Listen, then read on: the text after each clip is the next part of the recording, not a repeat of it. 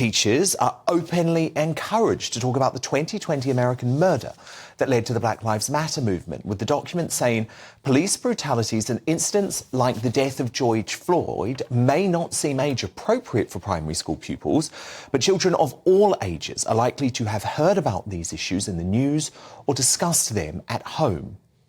Teachers are ordered to, quote, not shy away from more difficult topics, even when it comes to working class or other underprivileged white pupils who deny they have so-called white privilege.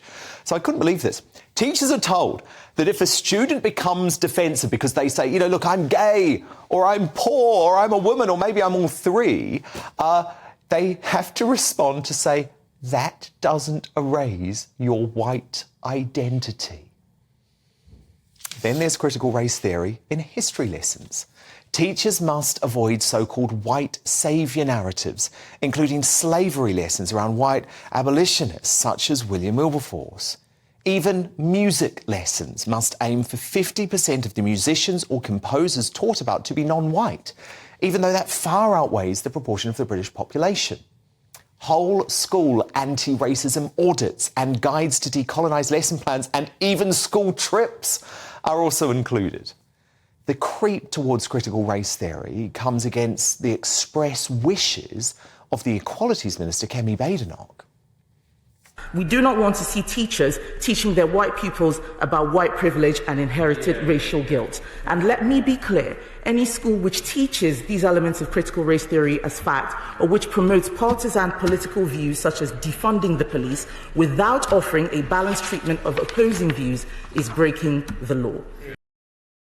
But the Keys managing director, Michael McGarvey, stood behind the company's hard-left ideological teaching, insisting, our job is to support schools with any challenges they face, including engaging with complex topics such as promoting equality and addressing racist or prejudiced attitudes. The Key boasts of how it rejects a colourblind approach to life. But I believe that is actually encouraging division and discrimination and should be booted from British schools where, mark my words, it's class rather than race that is usually the most important factor in determining one's educational disadvantages. But to respond now, my superstar panel. GB News Queen, Nana Acquare, the Conservative commentator, the Reverend Calvin Robinson, and the best-selling author, Rebecca Reed.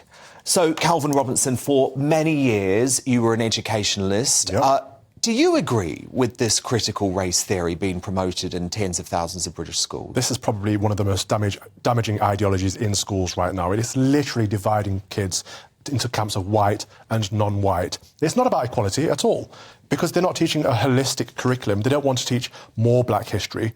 What they want to do is teach less white history. The idea of removing positive figures such as William Wilberforce, who helped end slavery around the world, to remove someone like that is saying we don't want to talk about the positives, we only want to talk about the negatives. It's promoting racial attitudes, it's not breaking them down at all. And you know why? It's big business. 13,000 schools charging 2.5k per school, that's 30 million turnover per year.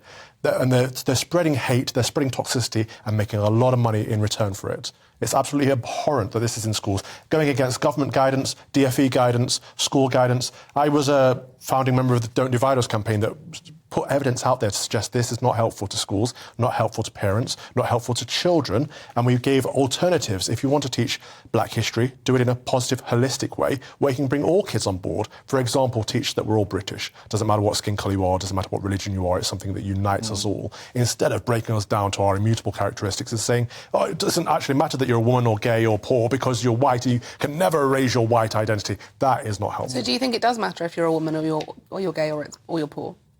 I don't think that any immutable characteristic should be our defining characteristic. But do you think they matter? All these things matter. So in your life including your experience? skin colour, all of these things matter. So, but Rebecca, surely including your class? I would say class is the biggest determining factor. I couldn't agree with exactly. you more. But how because ridiculous, if you are a Rebecca, black boy who goes to Eton, exactly. you are obviously going to have... So how white boy in ridiculous? So how ridiculous, though, that a 5-year-old girl from a council estate with drug-addicted parents who says to her teacher, "I don't feel advantaged," is told that doesn't erase your despicable white identity. They don't say despicable. They say it doesn't erase your white identity. The common misconception is a bit like male privilege. Or white privilege is the same thing. It doesn't mean your life has been easy because you're white or because you're a man. It means that your life has not been made harder by the fact that of your skin colour or your sex. Even that's not true. It is true. No, it's not true. Nobody's life is harder because they're white. It is. I have literally Whose life is harder because they're white? I'll tell you a few examples. I've taught in London schools where white British kids are in the minority and they've been bullied because of the colour of their skin and held back. Broad spectrum, their life will still be easier because they're white. Their life has literally been made more Inherently. difficult because Over they're the course of their life, it will. Let Nana come in here. Nana, who do you agree with, Calvin or Rebecca? I have to go with Calvin. I think, Rebecca, the whole concept of the notion that because you're white, your privilege is way too simplistic. But that's not what I'm saying. No, but what I'm saying, that's what I'm saying. And I think the narrative of this, again, is actually a re-indoctrination of a dominance of privilege. So when somebody, for example, says, "I am white, so therefore I am privileged," it reinforces the narrative that that person is privileged. And whose interest is it to hear that? It's not in the interest of the black person, it's in the interest of the person that's saying... Well, isn't it racist in itself? It's racist in itself. One thing I have heard people say, which I can understand, is that if you're in school and you're being told you are less privileged because you are not white, it is a demoralising thing to hear. And I think there's a way to talk about it. And my issue with this is that it seems to be imported from America. And I don't think that American critical race theory works here because we have a very different relationship with race. Slavery ended a very different time away. I mean, why are we teaching kids about George Floyd? Seriously. I would talk to my daughter about Rosa Parks. I have the Rosa Parks, I have all of the books about inspirational people, and I will talk to her about that. And I do already talk to her about racism on some level. Do you think George Floyd was an inspirational man? I will talk about George Floyd and I will talk about police brutality, but I have a very healthy distaste for the police. More but he was no Rosa Parks, was he? They don't mention any of the bad things that he did. I mean, look, I know he didn't deserve to be murdered. No, of course not. Nobody does. Of course not. This is not somebody that you should hold up as some sort of icon who's this terrible thing happened to him. Yes, happens to a lot of people of colour and a lot of people who are white, and it shouldn't happen. Police need to learn how to behave. But frankly, he is not the pin-up boy for this particular... But when I talk about it when I have talked about things like that with my daughter, who is still very young, the point is, I'm making the point of the police cannot generally be trusted, not Rebecca, it's good to do whatever Rebecca, when I grew up and when I was at school, I was surrounded, actually at a very diverse school, surrounded by the messages of Martin Luther King Jr. and John Lennon of a colourblind society. Now, that is what I was taught growing up, and I have taken that with me every single day of my life. I never judge someone because of the colour of their skin. I do live in a colourblind world, and I don't care that this organisation, The Key, says that that's wrong, because I think they are racist, and I think they are peddling propaganda. What is wrong with living in a colourblind world where you don't think about the colour of someone's skin, you think about their characteristics? I think it's a very... so I used to say, I don't really see colour, and then when my sister came back from university in California, she was like, that's actually a super racist thing to say. And I was like, oh my God, I can't believe you're calling me racist. And then when we talked about it further, she was like, it's not really for you to decide who sees colour, because of course, in the world that I live in, white is the neutral. So she came back from America to tell you that you... Listen, I think a colourblind world is the way to go. So do I. But it's not realistic. No. So you just said it's not... People do. But you've just said for it's not you to decide, and we've just said otherwise. Why is it not so who does decide? It's not for me to decide if people see colour or not. Right. Yeah, no, if we should live in a colourblind society. In a perfect world, obviously, it would be completely... Why can't we head towards a perfect one make rather the than an world. imperfect one? Why do we have to go to an imperfect one when you've just said it yourself? A perfect world, people don't see colour. Why don't we move towards that than an imperfect one where you're forcing people to see it? I think it's an overly optimistic way of looking at the world, given how many people are inherently and deeply racist and the institutionalised racism in this country. Rebecca, I mean, you honestly, I'm going to set you some homework. You're going to go away tonight and you're going to read the Sewell report, and you're going to realise that the UK is not an institutionalised racist country. There are institutions in the UK that have significant problems with racism. For instance, totally different things. Totally different. There are people in institutions who are racist. Yeah.